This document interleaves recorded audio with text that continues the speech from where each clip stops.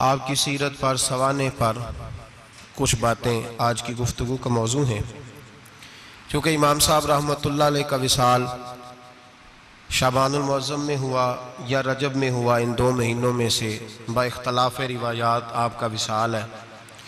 امت مسلمہ کو فقہ کا بہت بڑا ذخیرہ دینے میں اور لوگوں کو مسائل شرعیہ سے آگاہ کرنے میں جس شخص نے سب سے زیادہ کردار ادا کیا وہ امام اعظم ابو حنیفہ کی ذات ہے۔ امام صاحب ایک تابعی بزرگ ہے۔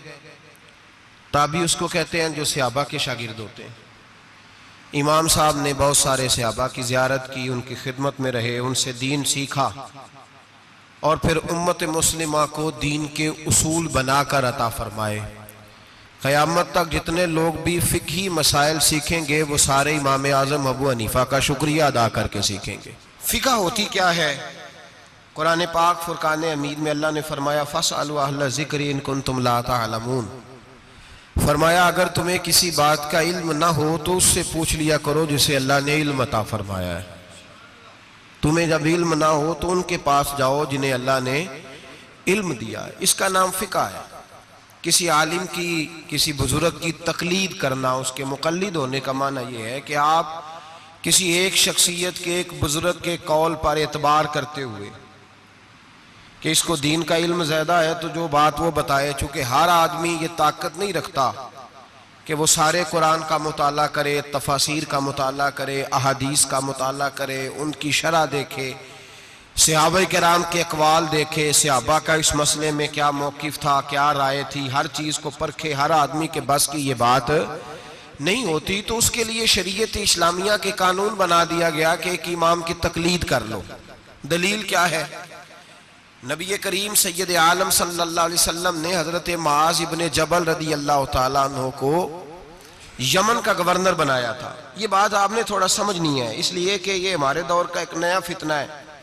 لوگ کہتے ہیں میرے ایک ہاتھ میں قرآن ہے، ایک میں حدیث ہے، اور بندے بھی بڑی جلدی آ کے کہتے ہیں جی وہ فلاں آدمی تو قرآن اور حدیث کے بعد بات ہی نہیں کرتا، صرف قرآن اور صرف اس کے علاوہ تو بات ہی نہیں کرتا۔ ذرا ایک سوال کا جواب دیجئے، یہ جو بخاری شریف کی حدیث آپ کو بتائی جاتی ہے تو یہ ہمیں کس نے بتایا ہے کہ یہ نبی پاک کی حدیث ہے؟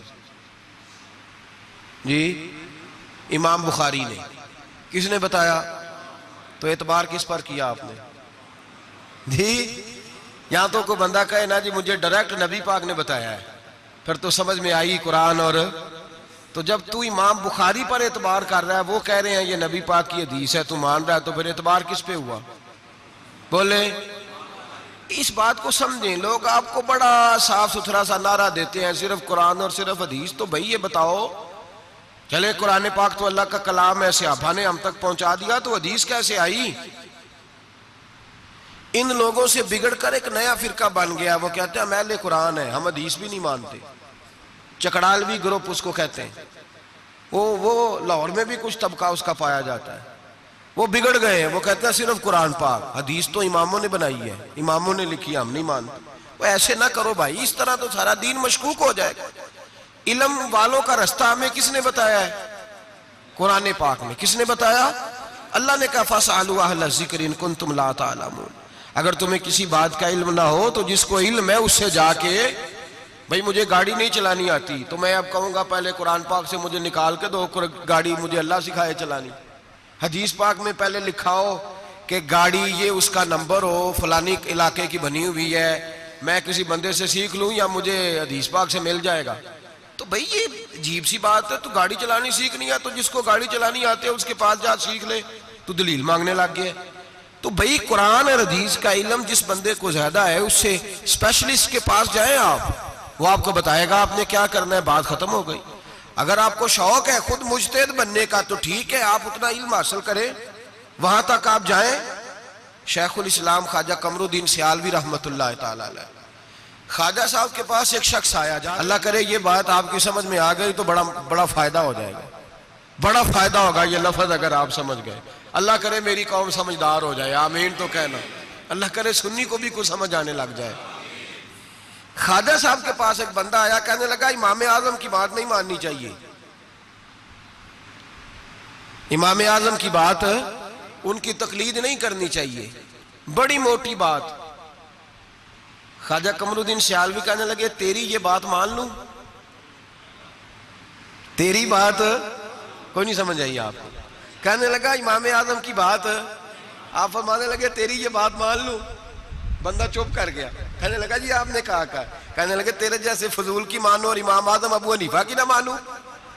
فرمانے لگے تو خود اپنی تقلید کرا رہا ہے. خود ایک صاحب مجھے کہنے لگے جی ہم نہیں کسی کی مانتے, ہمارے مولوی صاحب کہتے ہیں صرف قرآن اور حدیث کی مانو. اور میں نے کہا تو مان اپنے مولوی صاحب کی رائے. ہمارے مولوی صاحب کہتے ہیں قرآن اور, تو میں نے کہا تو مولوی صاحب کی مان رہا ہے, قرآن حدیث کی کب مان رہا ہے؟ چھوڑ سارے کام, چل مدرسے داخل ہو, پہلے اصول سیکھ دین کے, پھر پورا دین پڑھ, اور پھر مجھے آ کے بتانا پورے دین میں سے کہ میں نے سیکھ لیا ہے, پھر میں مان لوں گا. ورنہ تو مولوی صاحب کی مان رہا ہے. تقلید تو کر ہی رہا ہے کسی نہ کسی شکل میں. تو ہم تقلید کیوں کرتے ہیں؟ سمجھے اس بات سے. نبی کریم علیہ السلام نے حضرت معاذ ابن جبل رضی اللہ تعالیٰ عنہ کو یمن کا گورنر بنایا. نبی پاک نے فرمایا معاذ تمہارے پاس لوگ اپنے مقدمے لے کے آئیں گے, کیسے فیصلہ کرو گے؟ عرض کی یا رسول اللہ صلی اللہ علیہ وسلم میں اللہ کا قرآن دے کے فیصلہ کروں گا. تو نبی پاک نے فرمایا اگر تجھے قرآن پاک سے نہ ملا تو, اگر آپ غور سے سن رہے ہوتے تو آپ کو اس بات پہ اعتراض ہونا تھا جو میں نے کہا, اس پہ آپ کو اعتراض ہونا تھا اگر آپ غور سے میری بات سن رہے ہوتے. نبی پاک علیہ السلام نے یہ نہیں فرمایا کہ قرآن میں ہے نہیں, فرمایا اگر تجھے نہ ملا تو. لفظوں پہ غور کیا کریں. اگر تجھے نہ ملا تو, یہ نہیں فرمایا کہ قرآن میں ہر مسئلے کا حل. حضرت سیدنا عبداللہ ابن عباس فرمایا کرتے تھے میرے اونٹ کی نکیل بھی گم ہو جائے تو میں قرآن پاک سے جا کے پوچھتا ہوں کہاں رکھی ہوئی ہے, اور مجھے قرآن پاک بتاتا ہے کہ فلانی جگہ. یہ نہیں کہ قرآن میں مسئلے کا حل موجود ہے. ہر آدمی کے پاس اتنی عقل نہیں ہوتی کہ مسئلے کا حل بتا سکے. عقل نہیں اتنی ہوتی, شعور نہیں ہوتا. بلکہ امام بخاری خود امام شافعی کے مقلد ہیں. لو کر لو گل, بہت بڑے محدث ہیں اور خود مثال بیان کرتے ہیں. ہمارے بزرگ کہتے ہیں کہ جو پنساری ہوتا ہے نا اس کے پاس جڑی بوٹیاں ساری ہوتی ہیں, اور اسے نسخے کا پتہ, کس جڑی بوٹی کو کس کے ساتھ ملائیں, کس کو کس کے ساتھ رکھیں تو کیا نسخہ بنتا ہے, یہ پنساری کو پتہ, یہ حکیم کو پتہ ہوتا ہے. محدثین کہتے ہیں ہم نے حدیثیں ساری جمع کر دی ہیں, پر کس حدیث سے کیا مسئلہ نکلتا ہے یہ ہمیں نہیں پتا. یہ امام اعظم بتائیں گے, یہ امام شافعی بتائیں گے, یہ امام مالک بتائیں گے, یہ امام احمد بن حنبل بتائیں گے. وہ اسپیشلسٹ ہیں, ہم جمع کرنے والے ہیں, وہ حدیثیں سامنے رکھ کے امت کی رہنمائی کرنے والے. نبی پاک صلی اللہ تعالی علیہ وآلہ وسلم نے فرمایا معاذ تو جا رہا ہے, اگر تجھے وہ مسئلہ قرآن سے نہ ملا تو کیا کرے گا؟ عرض کی حضور قرآن سے نہ ملا تو آپ کی حدیث سے تلاش کر لوں گا. تو نبی پاک نے فرمایا اگر وہاں بھی تجھے نہ ملا تو, یہ نہیں کہ ہے نہیں, اگر تجھے نہ ملا تو. عرض کی یا رسول اللہ پھر میں قرآن اور حدیث کو سامنے رکھ کے اپنی رائے بیان کروں گا. تو نبی پاک نے ان کے سینے پہ ہاتھ پھیرا, فرمایا جا پھر اللہ تیری مدد کرے گا. اللہ تیری, یہ فقہ ہے, یہ اتنی سی فقہ ہے, اس کو سمجھ لیں. ہر آدمی کو ہر شے نصیب. بابا فرید الدین گنج شکر کے پاس بندہ آ گیا, اس نے کہا پرانا بخار ہے جاتا کوئی نہیں. بابا صاحب نے کہا بسم اللہ الرحمن الرحیم قل هو اللہ احد اللہ الصمد لم یلد ولم یولد ولم یکن لہ کفوا احد. پھونک ماری, بندہ کہتا ہے بیٹھے بیٹھے میرا بخار اتر گیا. اس نے گاؤں جا کے اعلان کر دیا جس کا نہیں اترتا سارے ہی آ جاؤ. رش ہو گیا, پھونکیں بڑی نکلی, شفا کوئی نہیں. لوگوں نے پکڑ کے پھینٹی لگائی, انہوں نے کہا اتنی دور سے آئے ہیں اور تو اللہ کے بندے رام ایک کو بھی نہیں آیا. وہ بابا صاحب کے پاس آ گیا, کہنے لگا سورت اخلاص 2 ہیں کہ ایک ہی ہے؟ بابا صاحب کہنے لگے بیٹے ایک ہی ہے. کہا حضرت جی آپ پھونک مارے تو بیٹھے بیٹھے بخار اتر جائے, میں نے 100 دفعہ پڑھی ہے, 100 پھونکیں ماری ہیں, ایک کا بھی نہیں نکلا, آپ کوئی اور والی پڑھتے ہیں. آپ فرمانے لگے سورت اخلاص ایک ہی ہے پر منہ بھی تو فرید الدین کا چاہیے نا, منہ بھی تو. فرمایا مجھے اللہ تبارک و تعالیٰ نے توفیق دی ہے, میں نے کبھی غیبت نہیں کی, میں نے کبھی جھوٹ نہیں بولا, میں نے کبھی حرام نہیں کھایا, میں نے کبھی اپنی زبان سے کسی کا دل نہیں دکھایا. فرمایا میں نے اس زبان میں طاقت پیدا کی ہے، پھر جب قرآن کا نور آیا ہے تو اللہ نے تاثیر بنا دی ہے، پھر اللہ نے اثر پیدا کر دی ہے۔ تو بھائی ہر آدمی ہر چیز سمجھنے کے قابل ہے۔ یہی ہمارے بزرگوں کا موقف ہے، یہی ہمارے بزرگوں کی رائے ہے کہ قرآن اور حدیث کو سامنے رکھو، اس میں سے مسئلہ اخذ کرو۔ دلیل، پرانے زمانے میں جو لوگ ہوتے تھے وہ قسمیں کھایا کرتے تھے، قسمیں بڑی عجیب کھاتے تھے۔ ایک بندے نے قسم کھا لی کہ میرا کام ہو گیا تو وہ والی عبادت کروں گا جو اس وقت دنیا میں کوئی نہ کر رہا ہو۔ اتنی سخت قسم کھا لی۔ اب وہ کام ہو گیا تو کیا کرے؟ اگر نماز پڑھے تو لوگ پڑھ رہے ہیں ساری دنیا میں نمازیں، اذان پڑھے تو پتہ نہیں کہاں کہاں اذان ہو رہی، پھنس گیا۔ معاملہ الجھ گیا تو غوث اعظم جیلانی کے پاس گیا، کہا حضور اب کیا کروں؟ آپ فرمانے لگے کچھ بھی نہیں، حرم شریف چلا جا، کعبہ تو ایک ہی ہے نا پوری دنیا میں۔ 1 منٹ کے لیے سب لوگوں کی منت کر کے طواف رک جائے، ایک چکر طواف کا تو اکیلے کر لے، تیری منت پوری ہو جائے گی۔ اب یہ فقاہت ہے، ہر آدمی کو یہ نصیب نہیں ہوتی، یاد رکھ۔ آگے چلیے، امام اعظم ابو حنیفہ کا زمانہ، ایک بادشاہ نے قسم کھا لی، اپنی بیوی سے کہنے لگا اگر تو چاند سے زیادہ خوبصورت نہ ہو تو تجھے 3 طلاقیں۔ اب مسئلہ بن گیا، کدھر سے نکالیں؟ اب قرآن پاک میں یہ لفظ کہیں نہیں لکھا کہ عورت چاند سے زیادہ خوبصورت ہوتی ہے، کسی حدیث میں نہیں لکھا واضح طور پر کہ بی بی چاند سے زیادہ خوبصورت ہوتی ہے۔ علماء کوفہ بیٹھ گئے، علماء بغداد بیٹھ گئے، علماء مصر بیٹھ گئے، بادشاہ تھا، اور پھر جو اس کی بیوی تھی وہ بھی ایک بادشاہ کی بیٹی تھی۔ اگر یہ طلاق ہو گئی تو 2 ملکوں کی جنگ چھڑ جائے گی، حالات خراب ہو جائیں۔ علماء پریشان ہیں کہ جائیں تو کدھر جائیں؟ لوگ پریشان ہوتے ہوتے امام اعظم کے پاس چلے گئے، کہنے لگے سارے مولوی کہتے ہیں طلاق ہو گئی، آپ بتائیں۔ امام صاحب کہنے لگے کوئی نہیں طلاق ہوئی۔ کہا کیوں؟ فرمانے لگے اللہ کا قرآن کہتا ہے لَقَدْ خَلَقْنَا الْإِنسَانَ فِي أَحْسَنِ تَقْوِيمٍ، اللہ فرماتا ہے میں نے سب سے حسین انسان کو پیدا فرمایا ہے، تو جب سب سے حسین انسان ہے تو چاند سے بھی زیادہ انسان ہی حسین ہے۔ فرمایا لہذا اس کی بیوی کو طلاق، مسئلہ تو قرآن پاک سے حل فرمایا نا، لیکن ہر آدمی کی وہاں تک رسائی ہو سکی، یہ فقاہت، یہ علم ہے، اور یہ اللہ سب کو عطا نہیں کرتا، یہ کسی کسی کا نصیبہ ہوتا ہے، کسی۔ اور ویسے بھی اب تو لوگوں کو شوق ہے نا، ہر بندہ ہر کام کرنا چاہتا ہے، صحابہ یہ نہیں کرتے۔ حضرت عمر فاروق سے پیارا قرآن کوئی نہیں پڑھ سکتا، وہ 5 نمازوں کی امامت کرتے تھے، تراویحوں کی باری آتی تھی تو حضرت ابی بن کعب کو آگے کھڑا کرتے، فرماتے تھے تو پڑھا۔ حضرت جناب سیدنا عمر فاروق کو بھی بڑا اعلیٰ قرآن پڑھنا آتا تھا، لیکن جب اچھی قرات سننے کو دل کرتا تھا تو حضرت ابو سعید خدری کو بلاتے تھے، حضرت ابو موسیٰ اشعری کو بلاتے، ان سے سنتے تھے۔ بھائی ہر آدمی دوڑ کے آگے بڑھ گیا ہے اور لوگوں کو بزرگوں کے خلاف اکساتا ہے، کہتا کوئی تقلید نہیں، ہمیں خود سمجھ میں آتی۔ خدا کے بندے، جب صحابہ کرام علیہم رضوان، صحابہ، حضرت عمر فاروق کا طریقہ یہ تھا جب کوئی بندہ مسئلہ پوچھتا تو کہتے علی کے پاس جاؤ، اس لیے کہ جو علم اللہ نے علی کو عطا فرمایا وہ کسی کے حصے میں نہیں آیا، جو علم اللہ نے، اور اس کی دلیل ان کی فقاہت ہے۔ ایک بی بی تھی، دائی تھی، وہ اس کے گھر میں بچے جنم لیتے تھے، بچے پیدا ہوتے تھے۔ یہ دیکھیں علم جو ہوتا ہے نا وہ علم ہوتا ہے، فقاہت ہوتی ہے، اور یہ اللہ کی عطا ہے، یہ رب کی عطا ہے، جس کو چاہتا ہے عطا کر دیتا ہے۔ نہ اس میں حسد ہو سکتا ہے، نہ اس میں کوئی شخص کہہ سکتا ہے مجھے کیوں نہیں ملی۔ حضرت علی رضی اللہ تعالیٰ عنہ کا زمانہ ہے، ایک بی بی کا خیمہ تھا، جھونپڑی تھی، جیسے آج ہاسپٹل بنے ہوئے ہیں وہاں بچے پیدا ہوتے ہیں۔ ایک بی بی تھی، وہ دائی تھی، کام کرتی تھی یہ والا، اس کے گھر میں 2 کیس اکٹھے آ گئے، نہ اتنی لمبی چوڑی لائٹیں ہوتی تھی، اس نے اپنی جھونپڑی میں دونوں بیویاں اکٹھی تھی، دونوں کو اللہ تعالیٰ نے اولاد دی۔ رات بڑی گہری تھی، اندھیرا بڑا سخت تھا، ایک کے گھر میں بچہ پیدا ہوا، دوسری کے گھر میں بچی پیدا ہوئی۔ اب جب صبح کا اجالا نکلا تو جھگڑا شروع ہو گیا، دونوں بیویاں مطالبہ کرتی ہیں بیٹا میرا ہے، بیٹا میرا ہے۔ اب وہ دائی بھی نہیں بتا سکتی، اندھیرا بڑا سخت تھا، بوڑھی عورت تھی، سمجھ نہیں آتی کیا کروں۔ تلواروں تک بات چلی گئی، لوگوں نے کہا کیوں لڑتے ہو جب مولا علی شیر خدا جو موجود ہے، انا مدینہ تو علم و علی بابوہا، نبی پاک نے فرمایا میں علم کا شہر ہوں، علی اس کا دروازہ ہے۔ فرمایا جب اتنا بڑا شخص موجود ہے تو ضرورت ہی نہیں۔ لوگ پریشان ہو کے گئے، جا کے کہنے لگے حضور ایک مسئلہ آ گیا، ذرا سوچ کر غور کر کے بتائیے۔ اندھیرے میں بچہ پیدا ہوا، ایک بی بی کے ہاں بیٹا، ایک کے ہاں بیٹی، اب دونوں بیٹے کی طلبگار ہے، فیصلہ کیسے کریں؟ تو حضرت علی نے کہا بڑے تم پریشان آئے تھے، یہ بھی کوئی بات ہے؟ دونوں بیویوں کا تھوڑا تھوڑا دودھ نکال کے تولو، جس کا دودھ وزنی بیٹا اسی کا ہے.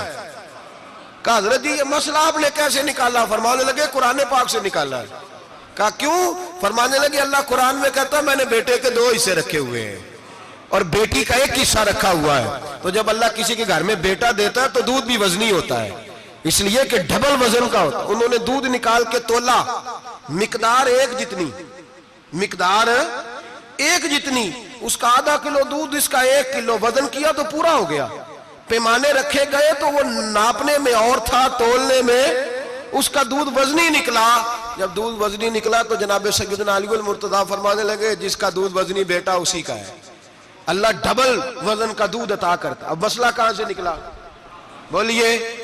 لیکن ہر بندہ نکالنے کی طاقت، یہی حضرت امام اعظم ابو حنیفہ کا کمال ہے. صحابہ کے زمانے میں ضرورت نہیں تھی صحابہ کو.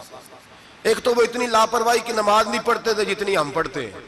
اتحیات میں بیٹھے ہیں، سورۃ فاتحہ پڑھی جا رہی ہے. اتحیات میں بیٹھ کے بندے پوچھتے ہیں آگے، کہتے ہیں حضرت میں اتحیات میں سورۃ فاتحہ پڑھ رہا تھا، ساری پڑھ لی ہے، وہ تو رکوع کا وقت ہے تو یاد آیا کہ یہ تو اتحیات ہے. اتنی لاپرواہی کی پہلے تو وہ نمازیں نہیں پڑھتے. پھر اگر کسی کو غلطی ہو جاتی تو سامنے جناب رسالت مآب صلی اللہ علیہ وسلم کا جلوہ والضحیٰ موجود تھا، وہ حضور سے پوچھ لیتے. جب وقت گزرنے لگا نا، تابعین کا زمانہ آیا تو پھر مسئلہ بنا. ایک تو تھوڑا تھوڑا مشکات نبوت سے لوگ دور ہوئے تو لاپرواہی بھی آنے لگی. اب لوگوں نے پوچھنا شروع کیا کہ سورۃ فاتحہ بھول جائے تو کیا کریں؟ رکوع میں بندہ چلا گیا تو رکوع تو کر لیا لیکن سبحان ربی العظیم نہیں یاد رہا تو کیا کرے؟ سجدے میں گیا سبحان ربی الاعلیٰ نہیں پڑھا تو کیا کرے؟ اب مسائل بنے، اب ضرورت ہوئی.